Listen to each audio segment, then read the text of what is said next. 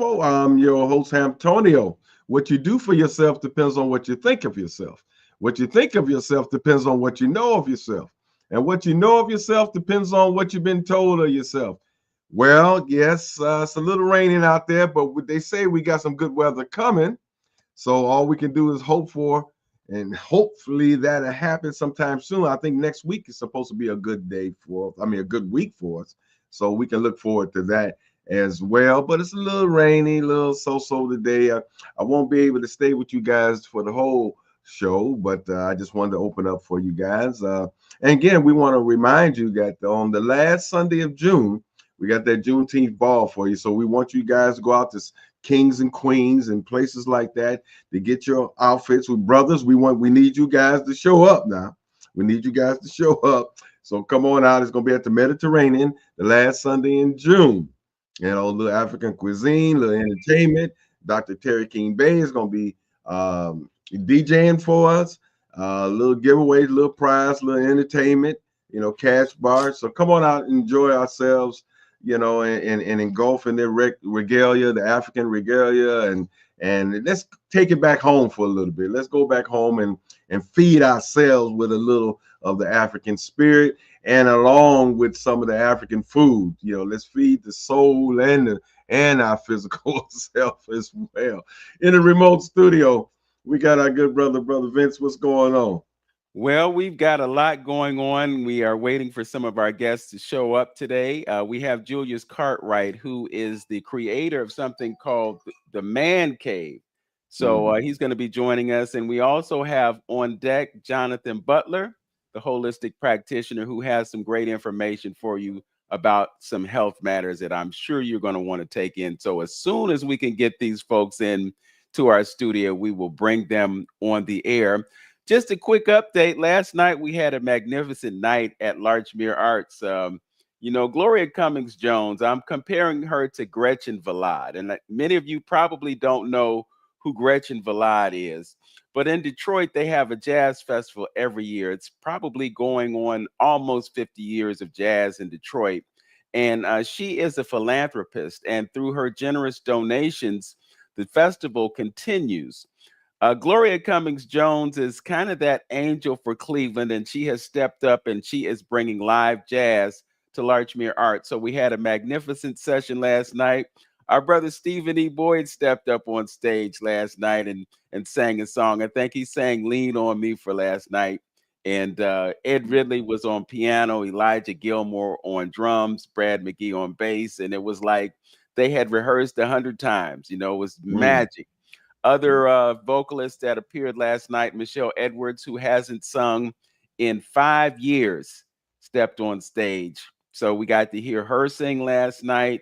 Of course, we got Victoria Roseman, who was a regular at these sessions. She stepped up.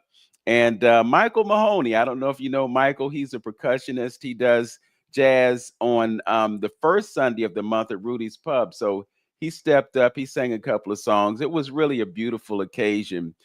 Just also want to let everyone know that we're going to have percussion and the spoken word, percussion and poetry on Saturday, this coming Saturday at Larchmere Arts. It will start at 7 o'clock. So you'll be able to come in, bring your poetry. We're going to have an open mic so you can jump in and do what you do on the open mic. So that's what's coming up at Larchmere Arts. And one huge thing, it's out the bag now. The Larchmere Cultural Arts Festival will take place July 11th through the 13th. And we have a fantastic lineup of events for this 3-day festival. We're going to open up with an exhibition at Unbar. It's going to be some of Cleveland's greatest Black visual artists. There are going to be paintings on the wall. We're going to have a little reception. Of course, Unbar it's a bar, so to speak. They have alcoholic wine, they have non-alcoholic wine. So we're going to have beverages on hand for you to take in. And we're also going to have a performance by Dr. Mary Weems at Larchmere Arts. I'll also be joining her to bring some spoken word to you. The next day is packed. We're going to have a writing workshop with Nicole D. Miller. We're going to have a poetry slam that's going to be curated by Literary Cleveland. We are also going to have an African drumming class, and that is going to be at Kings and Queens of Culture. So Sister Queen Lynn, she's gonna bring it. So Okay. you want to get some drumming on, you can come at noon, attend the class, and learn how to play some African drums. So all of that is in the second day. On the third day, we're going to have an ekphrastic event. That means that there's going to be a piece of art on stage, and people who are in the room will be able to look at this art, let it inspire them to write, and then share what they have to write with the audience. In addition to that, we're going to have a gallery crawl, so you can go from Unbar to a Dune Spice Company to Larchmere Arts, and then we are going to give away a piece of art to one lucky person. We might have a couple more pieces of art to do that with. We are also going to have, as the cornerstone and the cap to this great occasion, we're going to have Few People Vocal Ensemble do a performance at Larchmere Arts. And in addition to that, we're going to have a digital photography exhibition with some of Cleveland's best photographers. And we're going to bring in Jeff Lawson, who you may or may not know was a photographer for Ebony and Jet magazines. And he also worked on the Donahue Show. Talk to Michael Lilly, and he is going to be involved in the panel discussion as well. So a lot of good things, and you're going to hear more about this. I'm working on some information to send to the land so they can publish this information, and you'll have access to it online. So a lot of good stuff going on. As we have this conversation, I'm getting text messages from our guests, so I'm going to connect with them and see what we can do to get them on board. So, Brother Lynn, you're wrestling with a few things there. I hope that you'll be able to resolve them, but I just have to ask you, just as I work towards getting these folks on, besides the ball that you have coming up in June, I'm sure you have some great plans for the rest of the year. Are there any other things that you are working on that you want to share with us? Well, yeah, just basically, I may again try to bring some of one of our great lecturers in sometime during the summer or fall.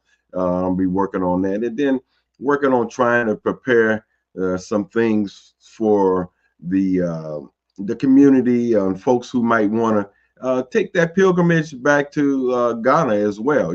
So I'm bringing that more so to the forefront. Especially as things since the turnout here in the States, it seemed like that's a fluid liquid situation from day to day. I seem like our president stay in the news almost every day about something. And so what I want to do too is to start preparing. You don't wait till Babylon fall before you decide to move and do something, or at least have some type of strategy. So you got to start preparing yourself right now. So that's what I'm going to be doing. Actually, after the ball, I'm going to be concentrating a lot of my efforts into my next chapter, and being and making that connection between those who may want to take a look and see what's going over in the motherland, and maybe invest, maybe thinking about living and things of that nature. So I think that's my next chapter that I'm going to be, looking at trying to do, and fulfilling the rest of what I have to do as far as my life is concerned. I think that's my purpose, and I don't know if people have really been paying attention to all the things that's been going on over in Africa still, with Abraham Traore. A lot of good stuff. A lot of other countries coming on board.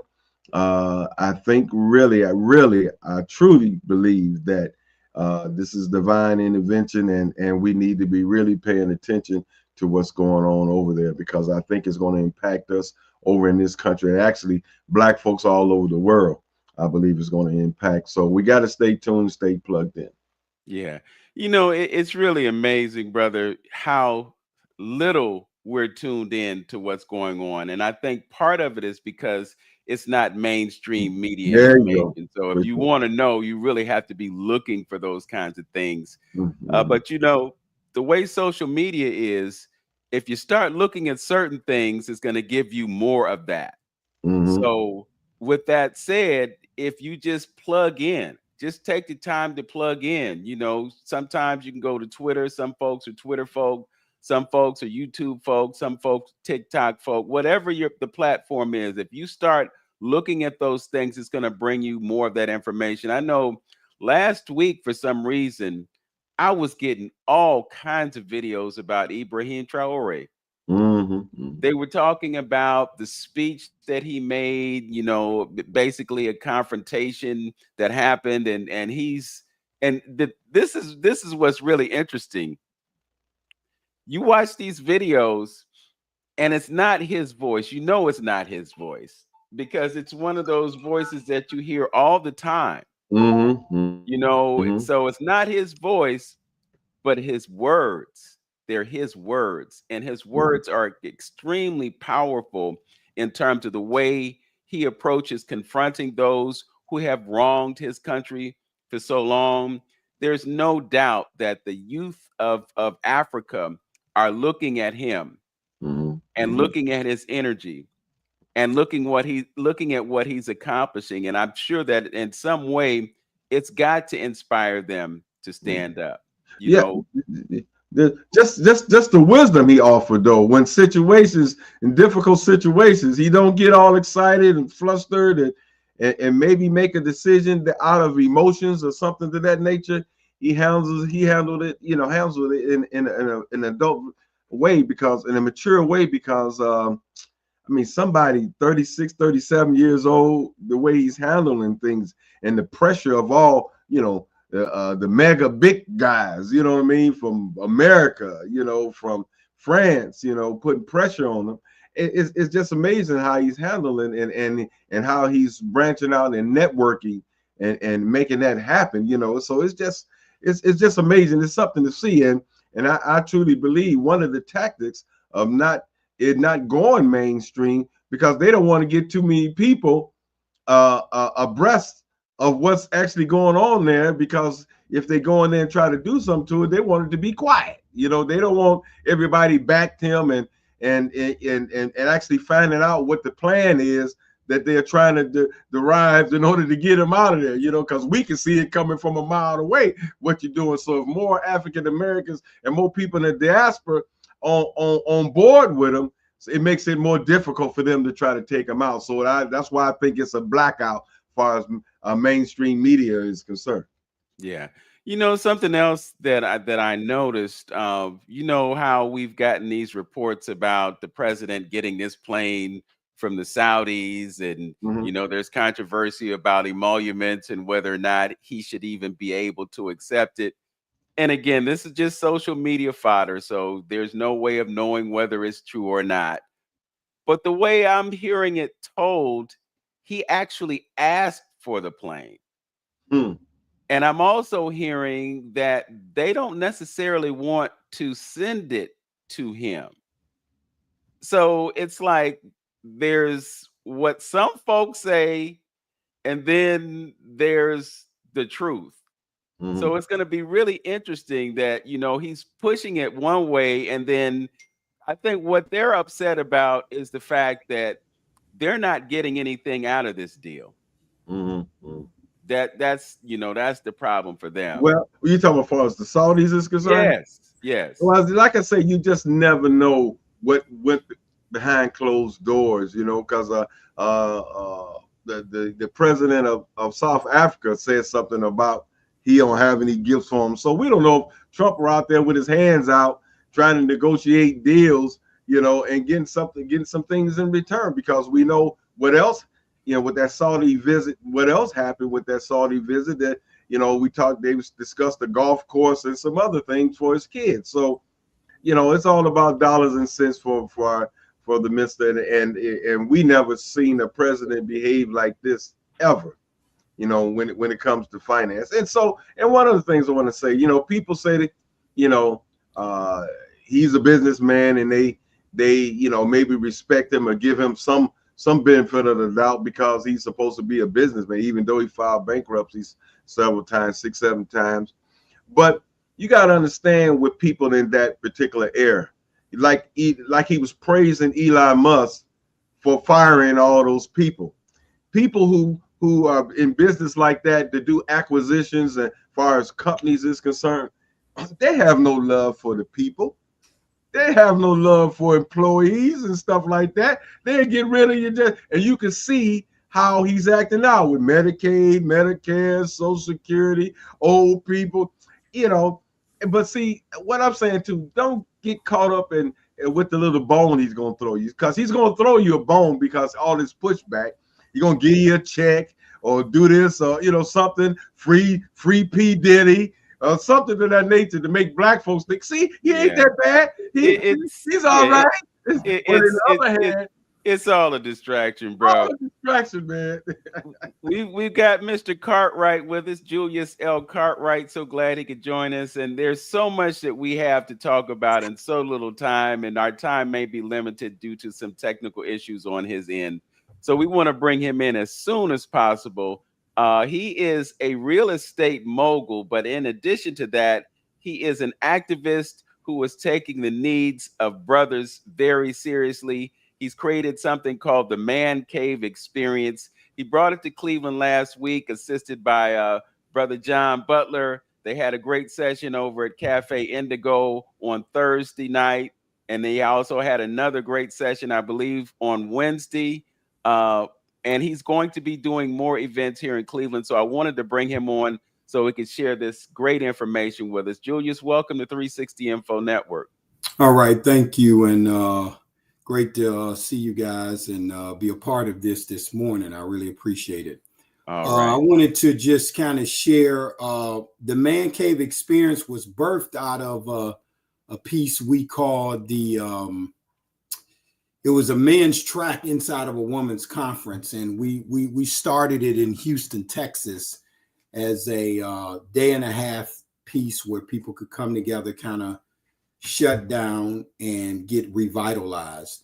And that was the intent and the purpose of it. And after doing the first one in 2018, we decided that we need to have, it's okay for men and women to participate in a conference collectively, but we need to incorporate a separate name, so to speak, as opposed to a track. We really need to have a name. And we came up with ManCave because men don't often open up. They're very hard to get them to start talking about stuff. You sit two women down and in a matter of 20, 30 minutes, these ladies are having a conversation. They just share their life stories. They may be crying, passing tissue. Men just say everything is good. And so it's very difficult to get men to open up to a situation and what's going on in their lives. So our initial piece was really just focusing inside and around an annual kind of conference event, or we call it an experience as opposed to a conference. And we were focusing on several areas, one being health, because men's health is always a challenge because we don't have our doctor visits and we're not as attentive as women when it comes to dealing with medical issues. Two is money.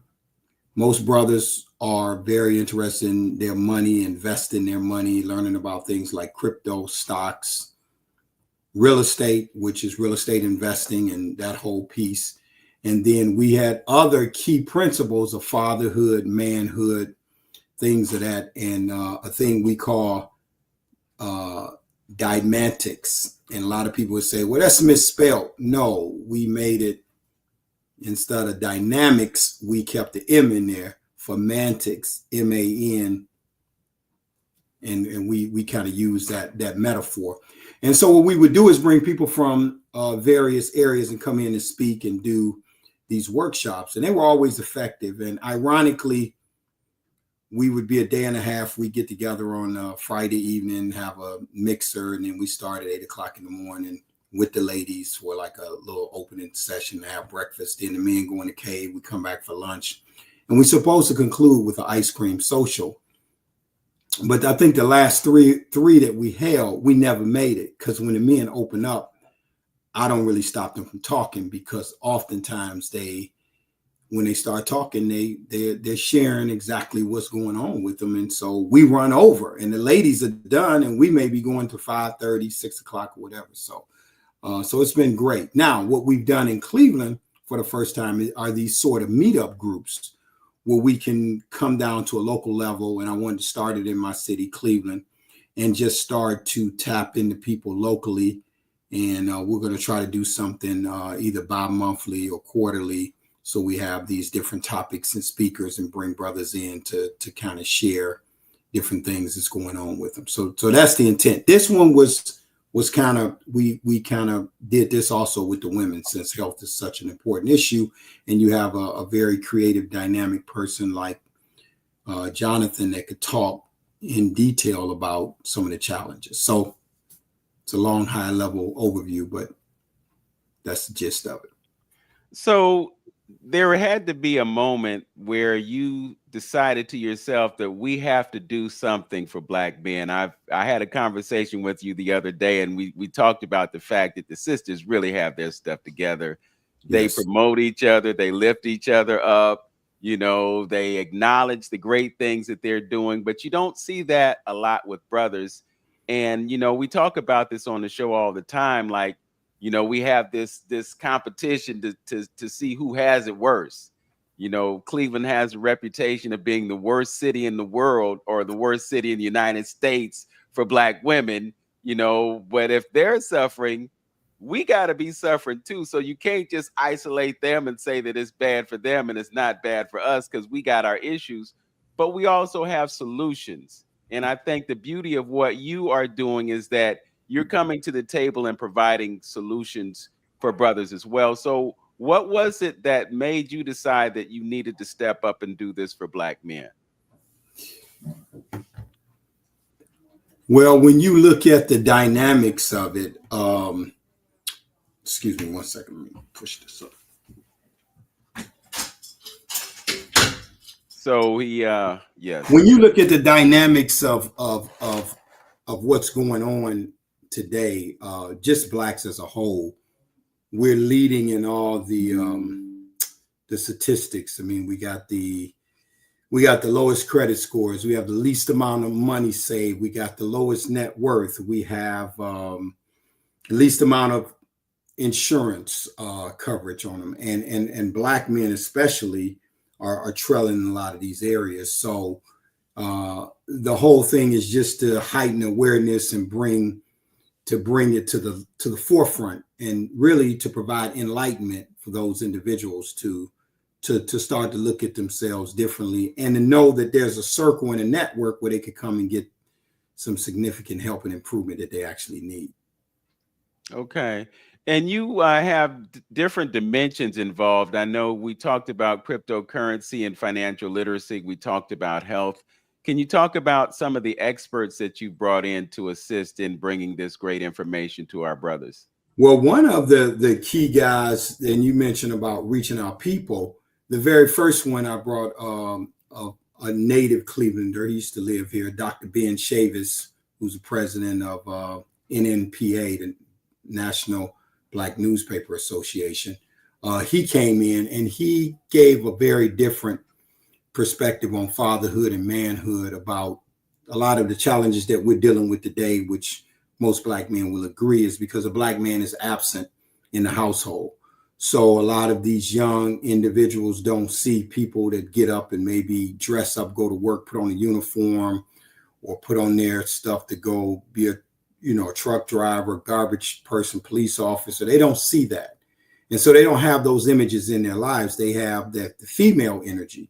And our sisters are doing the best that they can in terms of trying to educate them and enlighten them. But a woman cannot completely raise a man. I think everybody would agree to that, the two of you and the audience. I think they do a great job. But once they become a teenager, and that word teen kicks in, 13 through 18 is when the transformation starts to change, and they get, some cases, they may get wrapped up in the gangs, or they just go off in the wrong direction because they don't have the guidance that they actually need.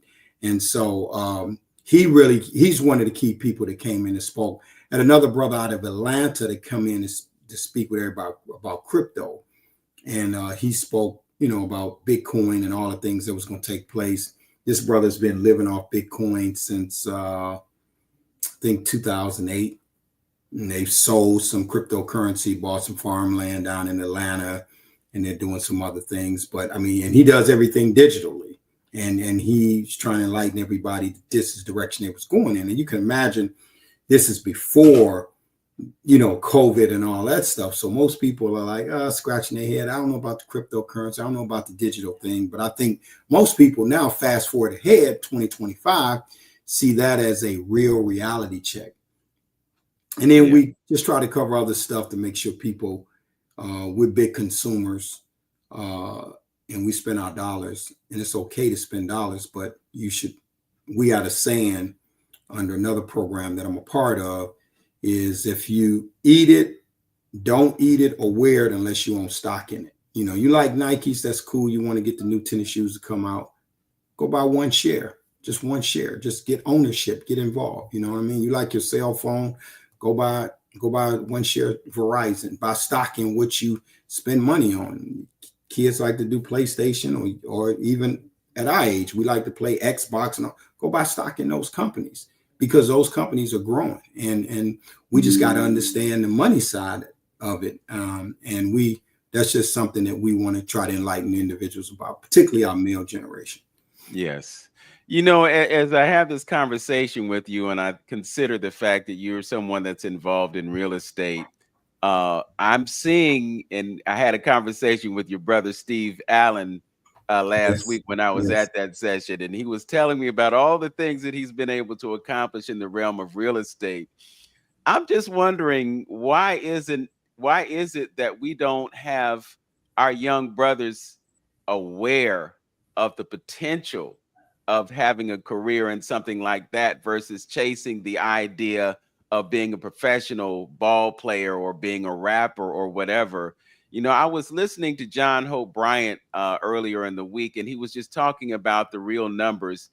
And to just summarize what he said, there are so few opportunities in professional sports for the thousands and thousands of young people who are in college right now. I mean, it comes down to like less than 100 of them are going to have a successful career in pro sports. And then some of those who are privileged to get into those situations, after 5 or 6 years, their careers are over.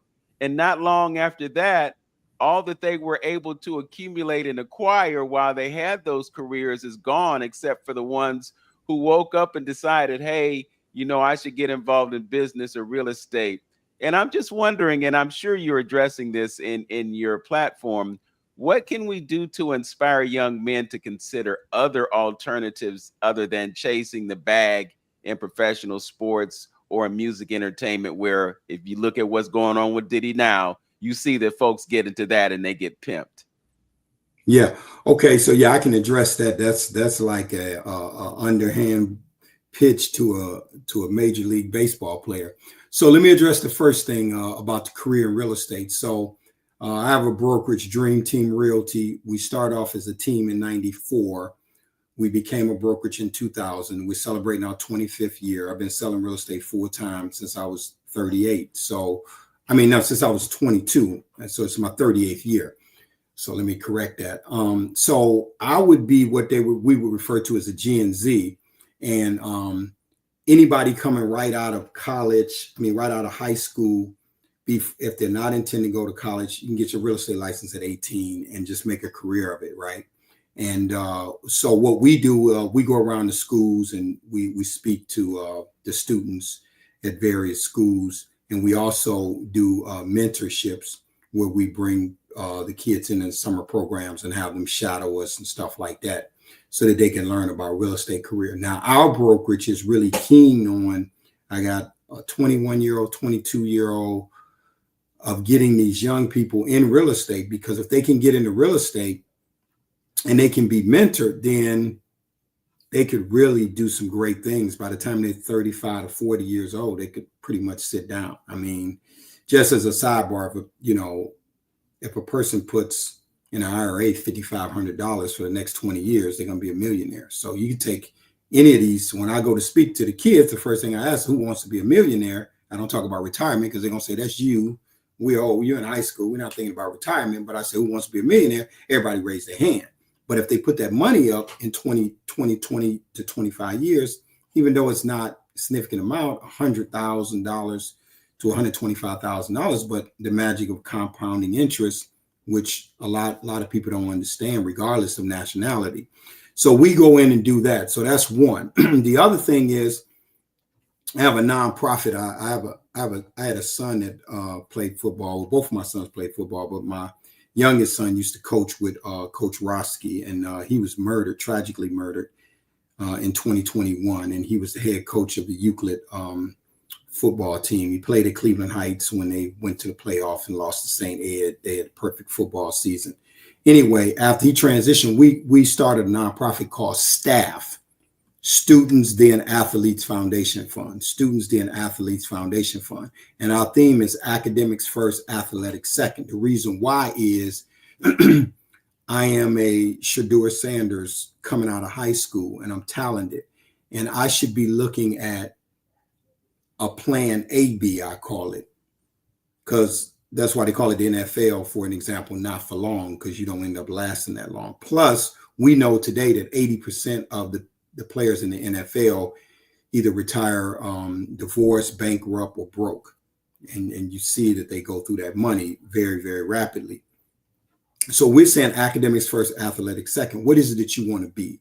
If you could wave a magic wand and you wasn't playing football, basketball, whatever, what would you want to be? And that's the college that they should have on the list. I'm not saying you shouldn't go to an Ohio State or in Alabama. There are great schools where you can play, but A, it's going to be more competitive. I may not get on the field, but B, I might look at a school like Temple. I can still get in the NFL if I'm that good, but Temple has a sports management, urban studies, real estate degree, hospitality management. If somebody's looking at going to open up a hotel, or if you go to University of Houston or something like that. So this is what we try to get them to look at, academics first, not athletics, because otherwise, here's what happens. And there's a multiplicity of stories. You guys probably know people that you went to school with. They just pass those guys and they get a degree in general studies, or they major in basket weaving, which is nothing, just Cartwright, you just stay eligible. And they tell us not to take all those extra classes, but Bernie Kosar can be a double major. Brady out of University of Miami and Brady Quinn can be a double major out of University of Notre Dame, because they can handle the academics. But now when their careers come to an end, they have the academic prowess and all the skill set to be able to do something else. We don't have that because we were so caught up in the sports. And really, when you play in some of these sports, you really can't do a whole lot of extra working and other stuff because it's a full-time job, even in the off season, training and preparation. But if individuals are working on the basics, right, what we learn, reading, writing, and arithmetic. So therefore, when you get up into college, if I can't read, I'm illiterate, I'm not going to go to a school and all of a sudden you put me at a study table and I'm going to be able to write an essay because I never knew how to read or write. I never got that level of education on a high school level because it wasn't important, or nobody was drilling that down. So that's what we try to work with tutors and people that will work to also develop them. And then the other piece that you mentioned, the fact that we don't really look at investing in real estate. You got a lot of athletes, they're controlled by their agent. I have real estate agents around the country that trying to, show a guy a house. He likes the house. Said, okay, I got to discuss with my agent. The agent just shut it down because it's a network. Basically, I'm going to send you, you're going to use my guy to go to get the car through, using my person for the jury, using my real estate person. So they got all these guys, they got a whole package in a box for a player, and nobody's really teaching them about credit. And when I get a big contract, I get a $40 million contract. I buy my parents a house. I buy me a house. I buy, maybe my brother and sister a house. Here's the problem. I end up paying cash for it because I had the money. I don't use credit. So I don't even understand the ability to do credit. And then I'm getting hit with 50% taxes, and I don't understand how to set up a nonprofit and organizations to shelter my money or any of that stuff to offset that. Every now and then you get a LeBron James, you get some of these other people that are brilliant at what they do in the sports industry, Shaq and all these other Magic Johnson that go on to be very successful businessmen because they understand that. You know, Shaq always say, I never cashed a check when I was in the NBA because I lived off my endorsements. So that's the reason why he's built these empires with all these different companies that he's invested in. But the average kid is not that savvy or doesn't have the right team around them. They got the team around them sort of like the team Mike Tyson had around him, you know, the $20,000 a year friend, that guy he's paying $20,000 a week, $240,000 a year just to be around him. And, you know, he had $11 million mansion in Vegas, $7 million mansion in Hamptons, you know, $30 million in 3 houses. It just doesn't pencil.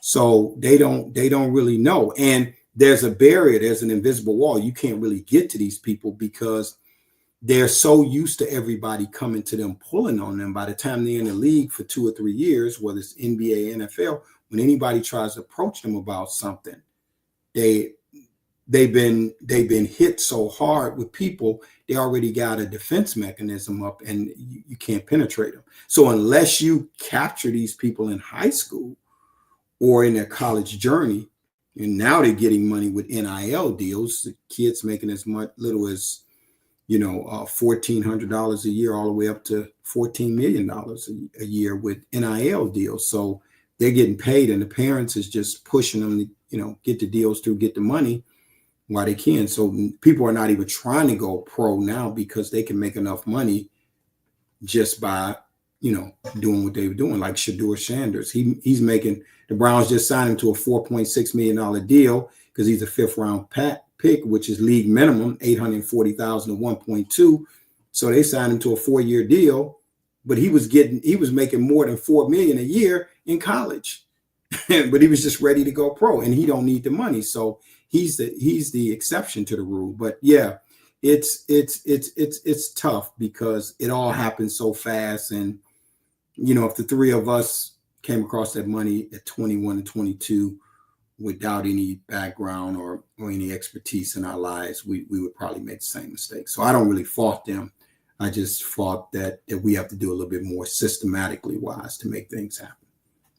Yeah, and I would think that if they had any idea of what their potential earnings could be, if they had a career in real estate, they might think differently about it, or might be encouraged to consider that as an alternative. Can you give us an idea of what it would cost to get an education in real estate versus what it would cost to get a college education? Oh man, that's the dynamics. It'll cost you about $1,800 to $2,000 to get your real estate license. You need 4 classes: principal and practice, real estate law, finance, and appraisal. And that's it. I mean, you know, 40 hours, 2020. So 120 hours, 18 years old, sit for the test, you're licensed, you're independent contractor, and the sky's the limit. We already know what college tuition is, whether you're in state, out of state, private.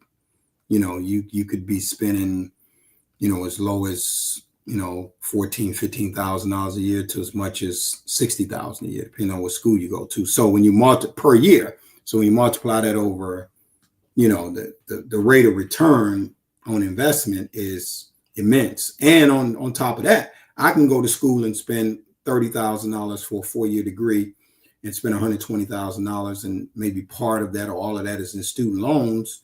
And I just added to the national deficit, which is what they rely on the most. Most of that is student loan debt, which is why they will never, ever forgive it all. But I still may not get a job. Well, I may have to go back and change and major in something else because A, I didn't like it, or B, the dynamics have changed. And it's very, really, really scary, which is one of the other topics we're going to be bringing up too, is this whole discussion around AI as well, because it's going to eliminate millions and millions of jobs, and those who are not prepared to leverage it and use it will actually be phased out in the next 5 years by 2030. You said something really important with the last statement that you made, and that is leveraging it. You know, I'm on social media and I'm seeing all these posts about how young people are using AI basically to become millionaires. You know, Mm-hmm. if adults can do it, young people who are more gifted when it comes to technology can really use it to their advantage, but they have to have an awareness of it. I think it would be great if we could just get this information out there. And I really appreciate what you just said about the cost of an education in real estate. That is key. Brother Antonio, was there something that you wanted to ask Brother Julius? Because Well, I see you chomping at the bits. a little bit, you know, because I have, you know, I got a personal issue that I got to go take care of, so I won't be able to complete the broadcast. But you know, I want to just put my 2 cents in it real quick. What's up, my brother? This is a long time. Hey. Ain't seen you in a minute. How you feeling? Yeah, it's been a minute. Yeah, but you know, with everything, I always take it Africanize anything that comes our way. You know, if we talk about finance and we talk about health, we talk about it. My thing is, you know, where I'm at, this place where I'm at, and y'all forgive me, but I always got to see how we can Africanize this thing and take and solve some of our problems that we are having as a race and a community of people. That's why, you know, I listen to what you say, and I say, okay, what can we do? What can we do to Africanize that to make that happen for us? And one of the things I would say this: one, let's deal with wealth. You know, we making those. You know, you talk about these contracts and things like that. You know, it might make you rich, but we got to think about creating that wealth. And I think that's what you're talking about, Brother Julius. So I want one thing. Here's a goal that I want to give the community. Let's see if we can at least give our children one piece of real estate that is free and clear, like a house or something. See if we can leave them that. And can you imagine now, you know, like what these folks did in Beechwood and stuff, and those houses, they bought them for $70,000. Now they worth $300,000 or $400,000, and they free and clear. And when you spoke of leverage, think about the leverage they got. Think about what you can use that for as far as a business, going to school, becoming a doctor, lawyer, and things of that nature. So let's see if we can at least give our kids something to build on. Can you imagine them going to college and coming out and working in their profession and don't have to pay rent? Do you know what you could do at that particular point to leverage yourself and catapult yourself into something else? So that's the thing, number one. And then while you're training these kids, let's talk about think about and training them on working collective. You see, I you know, sometimes we have groups and stuff, and we sometimes we get them into being good capitalists, but in an Afrocentric type of way, you know, and we start working in individualism. That's not working for us as a people. So you know, if we getting into things and getting into organizations and teaching our kids how to be leaders and stuff like that. Yes, but we got to do it with a purpose of them looking at this thing community oriented. What can we do to better our communities? I'll give you an example. Like in my profession, as far as police is concerned, these folks coming out, a lot of these guys coming out with good retirements. But how many of them are coming together and say, what can we do to pool our money to put that strip mall in, or to do this or to do that? You know, I got mines. Well, I'm gonna hold on mines till they put dirt on me, and the next person is saying the same thing. That's not working for us as Black folks. So we got to start young with our kids and letting them thinking about working together and start learning how to trust each other. And that's where culture comes in.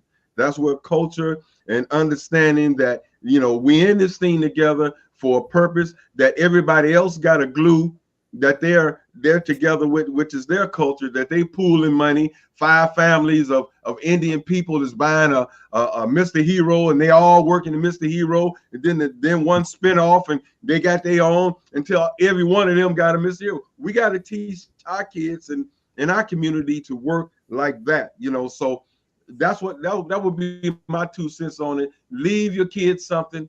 Think about building wealth and work on the mindset of working as a collective, you know, doing things for a purpose. We don't need to train people to be better capitalists now in this system, because y'all forgive me, I'm just anti-system at this particular point.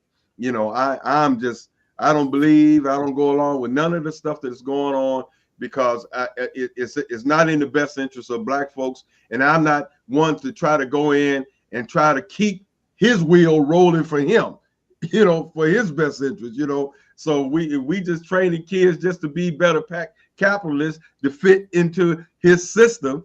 It's not going to help our position at all. We're not going to close the achievement gap at all. So we got to do things for a purpose and with a purpose, and not leave our talented ones out there for the sharks to devolve, and 5 or 6 other untouchables families, if y'all know what I'm talking about, those untouchables that we can't say nothing about, who's running all these entertainment industries, you know, his publicist, his accountant, and all them is feeding off our talented ones, and we wind up losing them. So that's my little 2 cents for today, and I appreciate your brother. Keep it strong. Say hello to my big brother John. I guess he's still in town.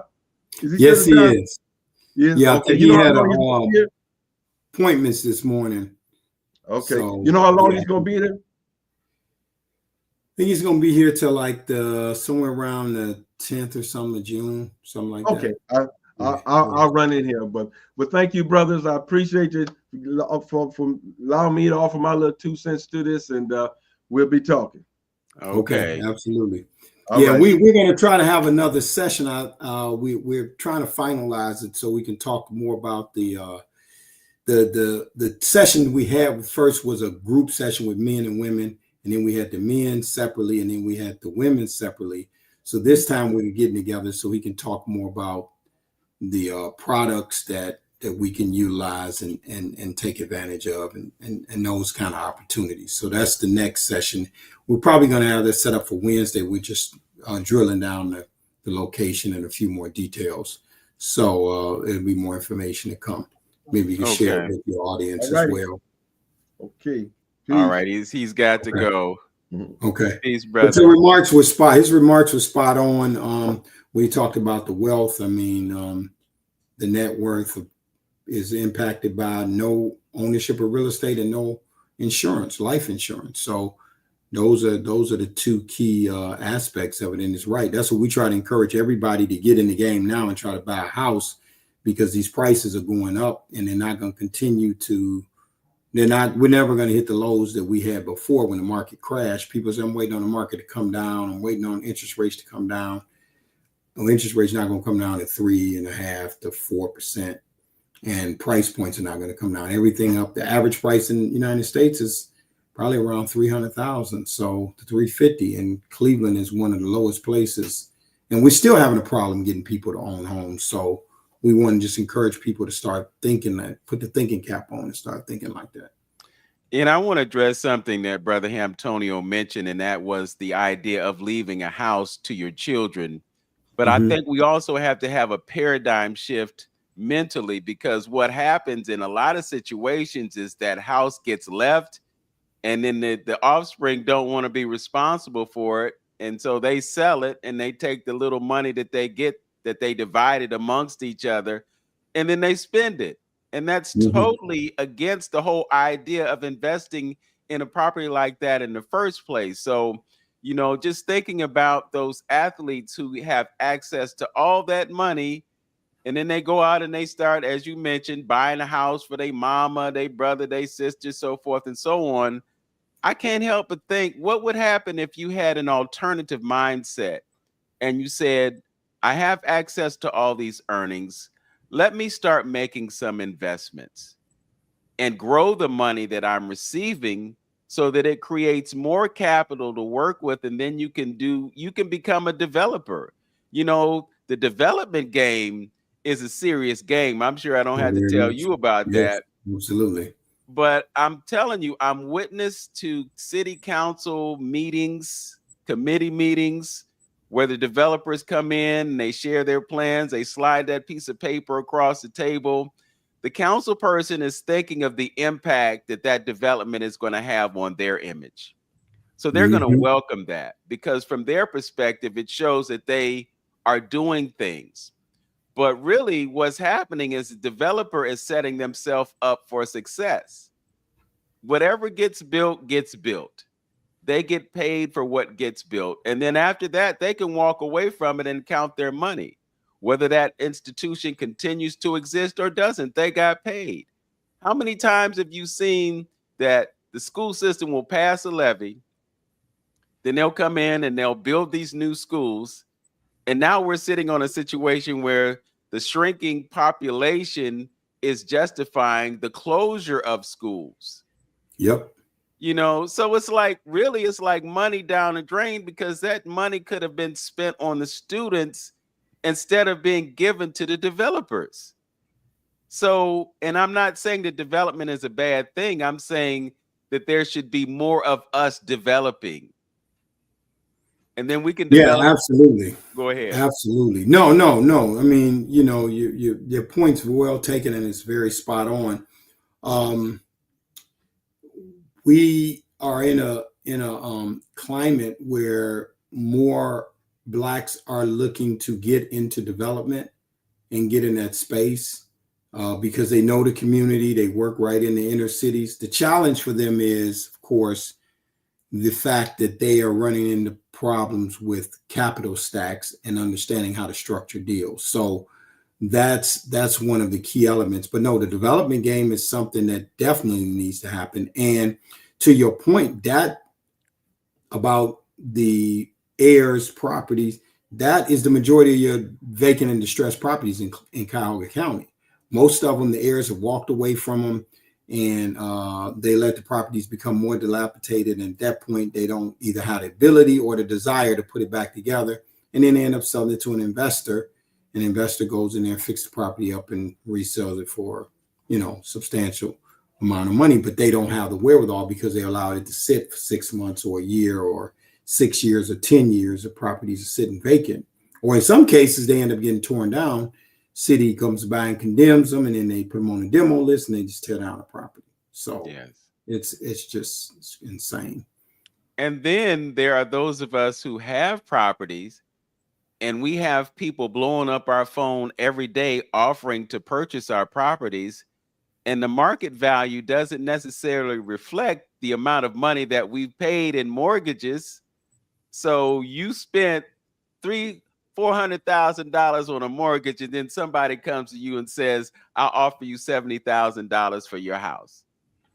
Yeah, and that's the other piece. You got the wholesalers and the telemarketers just slamming people daily. I mean, you can't get through the course of a day without getting bombarded with calls of offering you money for your house. It's just out of control completely.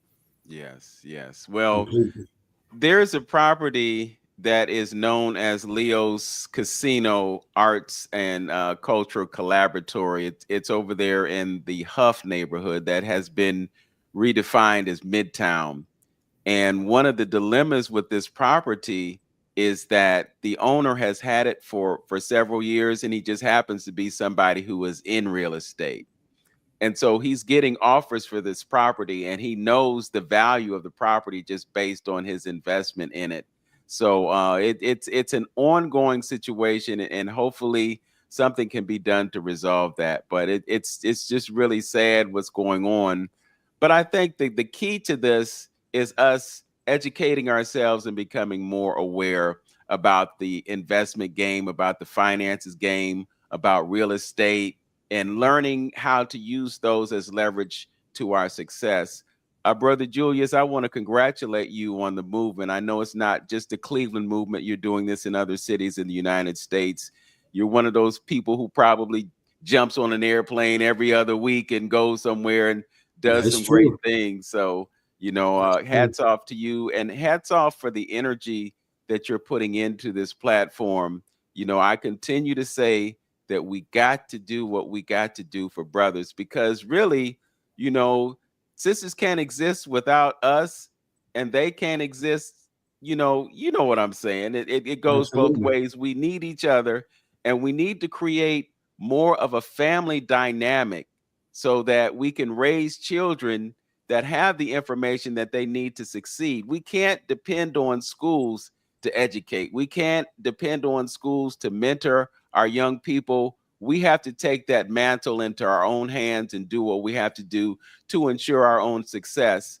we're living in a world where we get negativity and lower vibrational frequency and thought and fear and anxiety and stress on a daily basis. But when you know the things that you know and you have access to solutions, we can create a change that is extremely meaningful. So I know your time is limited today. I'm so happy that your computer decided to cooperate with us today Yes. so that you could bring this information. And I want to bring you back so that we can have a more in-depth conversation and perhaps bring in some of the experts that you have access to so that they can deliver the good news to our constituents who are listening to us and watching us online and on the radio. So thanks for joining me on 360 Info Network today. All right. Thank you. Appreciate it. All right. Looking forward to it. Keep up the good work.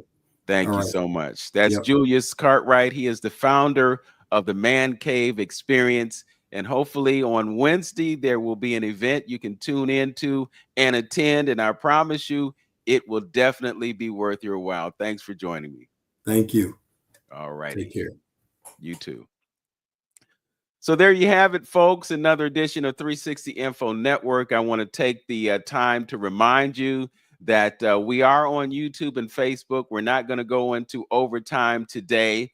On some occasions, we're actually able to do an hour or so extra after the broadcast today. But you can go to my YouTube channel. You can also go to The Journey with Hamtonio, and you can get this important content on a weekly basis. You know, we're here every Saturday at 11, and we are having interviews with people who are making a difference around the world. So I invite you to go to the YouTube channel and subscribe. You know, it doesn't cost anything. Hit the subscription button, like, comment, share. You know, some of these things you don't want to keep to yourself. You want to allow others to get the benefit of this information. So we would appreciate it if you would do so. I think I'm probably at about 955 subscribers right now, inching steadily towards the 1,000 mark. So you can help me out tremendously. If you just go to the channel, if you look at any of the videos, there's a little red button in the right corner of the screen, and you can just click on that, or you can go down further and just click subscribe and jump on that channel and help me achieve a goal of getting to at least 1,000. You know, I don't have to have 1 million subscribers. I'm not going to say that it's impossible. I'm okay with where I am right now, and I'm moving towards that ultimate destination. So I would appreciate it greatly if you would just go to that channel, hit the subscribe button, and get me across the finish line. I want to take this opportunity to thank my engineer, Tone Harley. You know, we had a few issues today getting everyone on. Magically, things worked out, and it's because he was so diligent about getting us on. So I really appreciate it. As always, know yourself, love yourself, be yourself. Make it a great day, Cleveland. Peace.